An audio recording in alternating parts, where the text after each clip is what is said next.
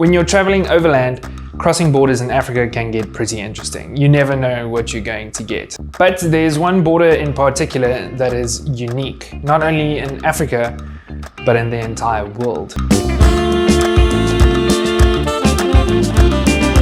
The story about how this border came to be is pretty crazy, and it's still unfolding, so let's take a look. This is the great Mosi-Oa-Tunya, a 1700-meter long wall of water on the Great Zambezi River, on the border between Zambia and Zimbabwe. In 1855, the famous British explorer David Livingstone became the first European to lay eyes on it. He dubbed it Victoria Falls after his beloved queen, and since then it's captured the imagination of travelers around the world. This place is insane. It pumps water so hard that it creates a mist plume that you can see from kilometers away. This is why it has the name Mosi-Oa-Tunya, which means the smoke that thunders. So there's a tiny bridge here that connects Zambia and Zimbabwe, and it's a great place to see the falls. Probably one of the best border crossings in the world, but it's not the border crossing we're talking about today. 1 hour's drive west lies the tiny town of Kazangula. Here lies the border crossing between Botswana and Zambia. I have this footage of me and my friends crossing this border in 2018. We're getting on the barge. Great, Zambezi. At the time, the only way to cross this border was by taking a sketchy pontoon ferry. While crossing a border by ferry is an experience in and of itself, what's really special is that when you get to the middle of the river, you find yourself in a geographical novelty. The only place where you can be between 4 countries at the same time. This is a 4-nation quadripoint, and at the moment, it's the only one in the world. A quadripoint is a spot on the map where 4 borders meet. You get many different types of quadripoints that separate municipalities or states or provinces or parishes, but there's only one quadripoint that separates 4 nations. So let's go back to that footage that I took in 2018. Right now, we're in Botswana. Beyond that bridge is Namibia. On the other side of the river lies Zambia, and that little island over there belongs to Zimbabwe.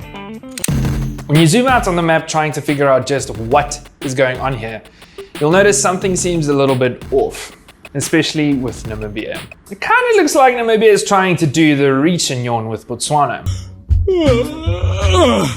At first I was like, oh, okay, cool. Namibia wants to get in on that Mosi-Oa-Tunya action. You know, have a giant tourist attraction within its borders. But then when you zoom back in, you'll see that Namibia misses the waterfall by less than 100 kilometers. So what is going on here? Why does this border exist? So I went on to a little bit of a deep dive, and unfortunately the answer has to do with colonization and a little piece of history called the Scramble for Africa. In the 1870s, a bunch of European countries were trying really hard to become colonial superpowers.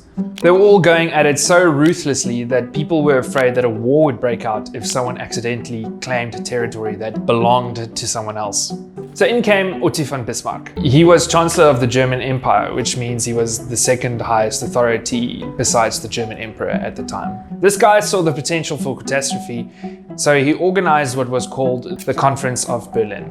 He invited 13 European nations plus the USA to his fancy hall in Germany, where they could discuss how they would divide the continent up amongst themselves without having to shed unnecessary European blood. And so this handful of powerful, deluded men proceeded to play trading games with the map of Africa. Yeah, sure, I will invade Africa. Come in. Ik ook. Me too. Africa. Africa. After about a year of this, they ended up with a map that looks like this. The problem was that none of the colonial powers were satisfied with this. Most of them wanted territories that stretched from one side of the continent to the other. That would give them faster trade routes across the globe and more geographical power. Britain was by far the most ambitious. They wanted to claim a stupid big piece of land that connected Cape Town to Cairo so that they could dominate from north to south. Most of the other countries like France, Portugal, and Germany wanted territories that connected the Atlantic to the Indian Ocean to create an alternative to having to sail around the entire continent. Suffice to say, nobody got what they wanted. Everyone kept having wars and trying to make treaties so that they could try and get better territories for themselves. By 1890, Otto was over the idea of being a colonial power. His plans to connect his territories were not working out. Germany had Cameroon and Tanzania. The land to connect those two was owned by King Leopold II of Belgium, who, by the way, claimed it as his own personal property, not as a territory of his home country. And he was pretty dead set on keeping it for himself. Germany also had this piece of land called Southwest Africa, but Otto hated it. To him, it was basically a giant stretch of desert with few resources and no strategic value. Otto allegedly said that this territory was a burden and an expense, and he wanted to settle someone else up with it. They tried selling it to Britain, who were like, no thanks. So in an attempt to make Southwest Africa worthwhile, Germany entered into the Heligoland Zanzibar Treaty. Like most treaties of its kind, it's horribly complicated and involved. But the biggest things on the agenda was this. Britain asked Germany to let them take what was then the Sultanate of Zanzibar, which was right next to Germany's territory in Tanzania. In exchange, Britain would give Germany this little island north of its own coast called Heligoland, and this little strip of land here. So the reason Germany was keen on this little piece of land was because it borders the Zambezi River, which connects to the Indian Ocean, and maybe, just maybe, would make Southwest Africa strategically useful to Germany. Okay, wait.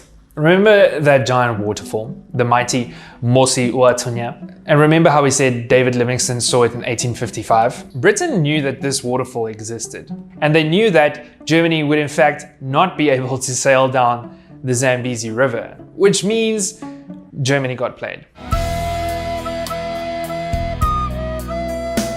Meanwhile, the new German Chancellor Leo von Caprivi is so proud of this new piece of land that he names it after himself.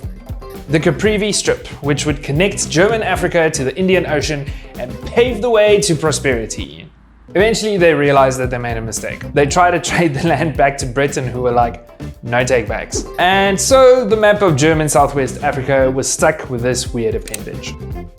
After 2 world wars, being owned by South Africa and the people of Namibia gaining independence, Caprivi became a permanent part of Namibia. Which leaves us with this crazy border here today. In the last 50 years, there's been various border disputes that turned it from being a true quadripoint into 2 tripoints that meet together here to form a border between Botswana and Zambia. But this little line is so tiny that it's basically still a quadripoint. It's still a quadripoint! While Germany regretted creating this border, it's actually super important to Botswana and Zambia. These countries are both landlocked, and this border is one of the only corridors to send goods up and down the African continent. This border is also a bottleneck for one of the 21st century's most sought after resources, cobalt. Every piece of tech that you own, from your cell phone to your laptop, anything that has a lithium battery is reliant on cobalt. And the best place in the world to get this cobalt is here, in the Democratic Republic of Congo. But because most of these African nations struggled to build infrastructure after gaining independence, the fastest way of getting this cobalt out of Africa and into the rest of the world is by getting it to this harbor here in Durban, South Africa. So a lot of this cobalt, as well as a lot of other things that are going in and out of Africa, has to go through this border.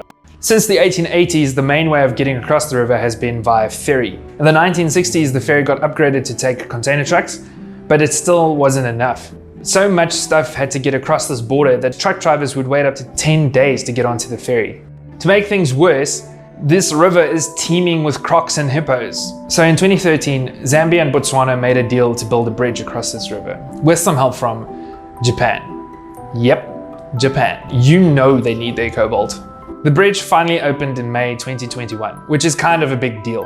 A major bottleneck on the African continent has been unblocked, and people looking to travel overland don't have to risk their lives on a sketchy ferry anymore. As for the ferry, Botswana said they would repurpose theirs for tourism. So hopefully, we'll still be able to experience a ferry crossing on the Great Zambezi River in the future. So that's my story about this crazy border and its sketchy ferry. I hope you enjoyed learning about it as much as I did. If your curious travel brain needs more to chew on, be sure to check out brighttrip.com. We have a growing library of skill-based and travel courses that will help you prepare for your next trip, or even just learn more about the world around you.